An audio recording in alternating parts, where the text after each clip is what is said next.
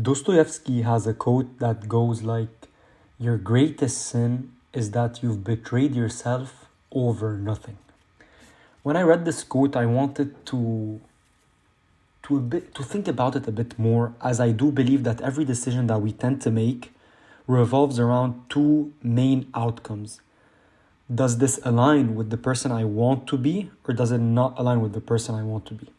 Every decision, the way we cook, the way we clean, the way we interact with people, the way we present ourselves, the way we dress, the way we work, everything is a question of, is this bringing me closer to the person I want to be, or is it bringing me farther away from that? Most people aren't betrayed by others first. We tend to betray ourselves. We tend to do it ourselves to ourselves. And it doesn't happen in one big decision. Rather, it builds up in smaller, minute, detailed moments, which all tend to present a big structural difference in the way we take our decisions. And sometimes, I'll give you an example from my personal life.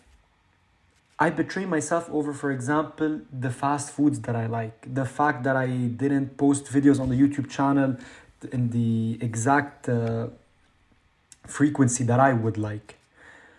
All of these little decisions, the worst part about them is never the pain, because you kind of realize that in the end of your life, you're not going to be able to lose sleep so much over every wrong decision, as we tend to make a lot of them.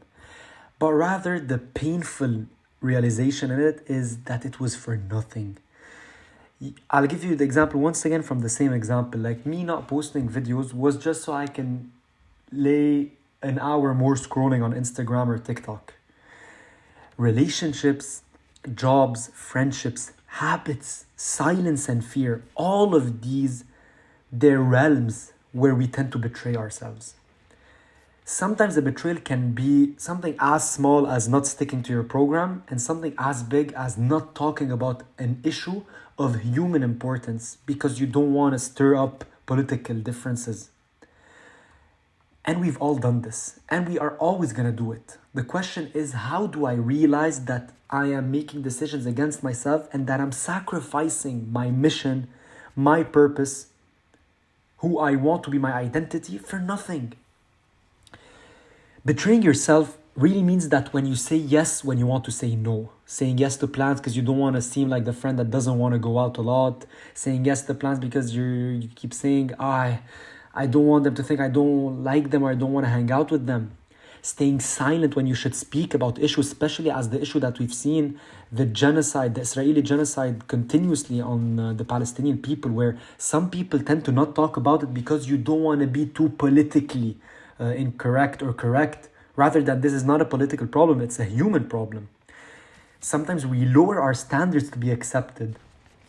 We act against our own values to keep the fear.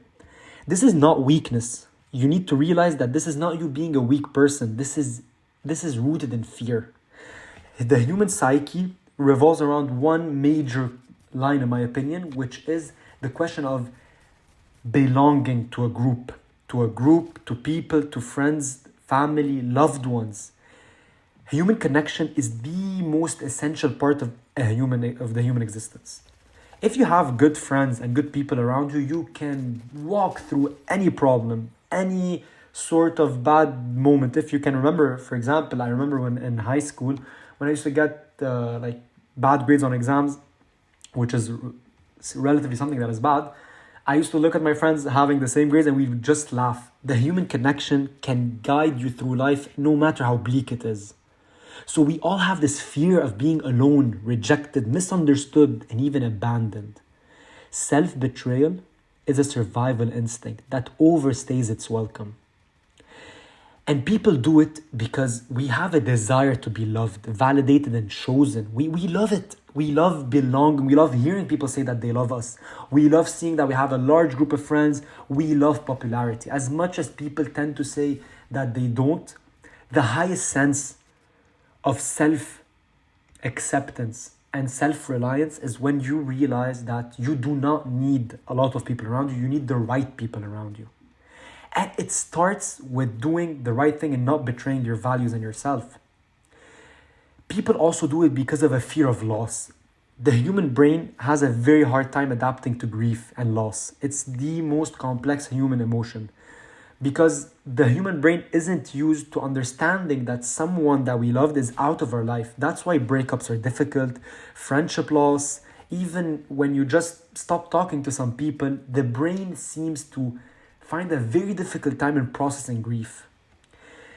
Another thing is confusing patience with self erasure. So we always think that, you know what, I'm gonna be patient with this person, I'm gonna betray more of my values because this person can end up changing, right? This person, this whole sacrifice would be worth it later, right? Me betraying my standards, my needs, my fears, my wants is all worth it, right? Because it's an investment as if right now me minimizing myself will make it so that I can get this person and I can build something bigger with them in the future.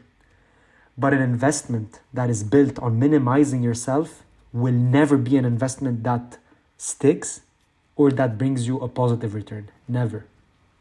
Self-betrayal always starts with a lie we tell ourselves. And we tell ourselves stories to justify all this. We tend to have this martyr complex that as if us betraying ourselves right now is logical in the grand scheme of things, right? I'm not gonna talk about this humanitarian issue because I want to keep the peace. I want to keep friends. I'm scared that my job might kick me out. I'm scared that my friends won't talk to me.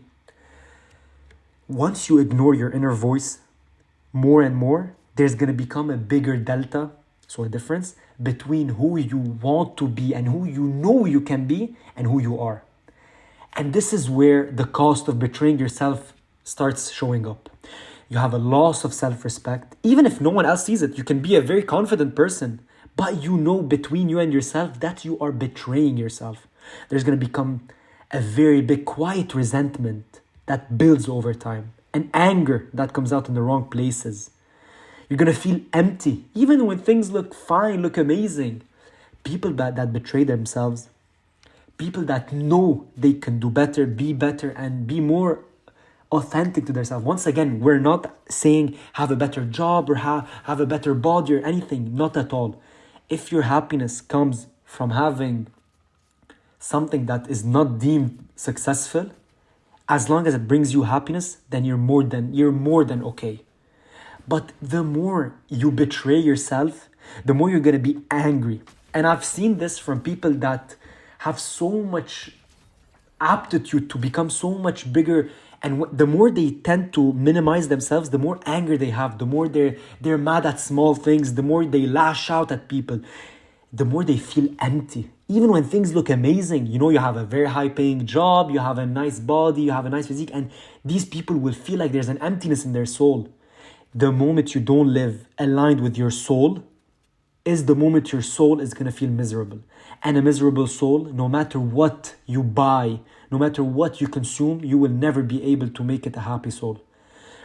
Capitalism has tended to put us in a position where we think that my happiness will come from this Lamborghini, from this Ferrari, from this Bugatti, from this phone, from this watch, from this trip, this travel. All of these are external. Nothing can fix the internal unless it starts from the internal. From you sitting with yourself and understanding, who am I? What are my baseline values? Dostoevsky and even Nietzsche wrote a book about morals, right? And he discussed in this book how morals tend to change with time. You can't just put your sense of self on what is morally right or wrong, because most of the time in society it tends to change. Right now we have so much stuff that is being accepted that wasn't accepted 10 years ago, 20 years ago, 30 years ago. So the real question is to ask yourself always, who am I? What do I stand for? What are values that align with who I am? You don't lose people when you betray yourself, because people love a person that can fit anywhere, right? We love it. We love people that don't challenge us. We love people that agree with everything we say. Usually the most popular people are people that don't have an extremely vanguardian personality. So there are people that agree, that don't stand out. They're just part of of the herd mentality, the herd values, whatever society says goes. And you don't lose these people when you betray yourself, right? You lose yourself. That's why you feel this sort of disconnect within yourself, in your soul. And that's what I'm seeing more and more in people our age. That the harsh realization hits when you talk about the moment that you realize that person didn't stay. That person I sacrificed for didn't stay. That person I sacrificed for didn't change. That situation I sacrificed for didn't improve. You realize that you bent yourself for something temporary. There's a different type of pain when you realize you paid a permanent price for a temporary comfort. When you look back at your last 10 years and you say, you know what, I never stood for what I believed in. I never stood and fought for what I wanted, for what I believed in. And all these things tie back to a major point. You have responsibility, and your self-respect is a responsibility that you owe to yourself. As a man, as a person, responsibility doesn't mean pleasing others. It means protecting your values. And that doesn't mean just saying, oh, you know what, I have a right-leaning ideology, so I assess with them. I have a left-leaning ideology, so I stand with them. No, protect your own values. Act in alignment with who you are. Accept loneliness over self-betrayal. If you have to pay a price for standing true to yourself, that price is always cheap to pay and good to pay, and you are capable of paying it. You have to be accountable before yourself and before God. And even if you want to put God aside, if people don't believe in God or whatever, you are accountable to your own self. You deserve to stand for what you believe in. There's integrity, even when no one is watching, when no one is performing, when no one can see what you're actually choosing. These are the moments that are so important for you. Dignity over approval every single time. We've seen it with people that are relatively somewhat of polarizing characters. Saddam Hussein, Muammar al-Gaddafi, even people that are extremely debatable, they stood for what they believed in. And there's no shame in standing for something and realizing it was wrong. A man that has the capability of telling himself, I was wrong, is a man that will never be beaten. You are a student of the world every single day. Every day assess your value, critical core thinking and belief system. Ask yourself, what's going on in the world? Am I standing up for humans? Not immigrants, not black people, not white people, not Arabs, not anything. And am I standing up for any human that is being done wrong? Am I being someone I'm proud of? You deserve to be proud of yourself. There's no guilt in betraying yourself. We've all done it. I do it every single day still. And I'm working on it. And I will always say the strength is never in stopping or saying I'm faultless or dying over your core system of belief. The strength is in noticing that I'm bending backwards for people. Why? I'm betraying myself. Why? I'm still doing this while I told myself I won't do it. I'm not aligned with my own core rules. We all betray ourselves. We're all human. We all want to fit in. It's the most human thing that can ever exist.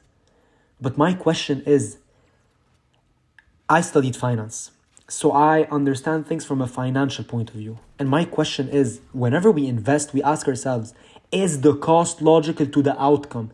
If the cost of me being accepted and having friends and having people around me is hindering myself, then it's never a cost that I'm willing to pay. Never, never, never. Because the cost will outweigh any possible return. My question to you is, have you been living true to yourself? Have you been minimizing yourself for other people? If the answer is not what it should be, sit with yourself and understand that every human being is special. Everyone, no matter what they are, no matter what religion, what color, what belief, no matter what political party they belong to, every single human is unique and special. Thank you so much for coming on with me on this small rant, and we'll see you in the next one.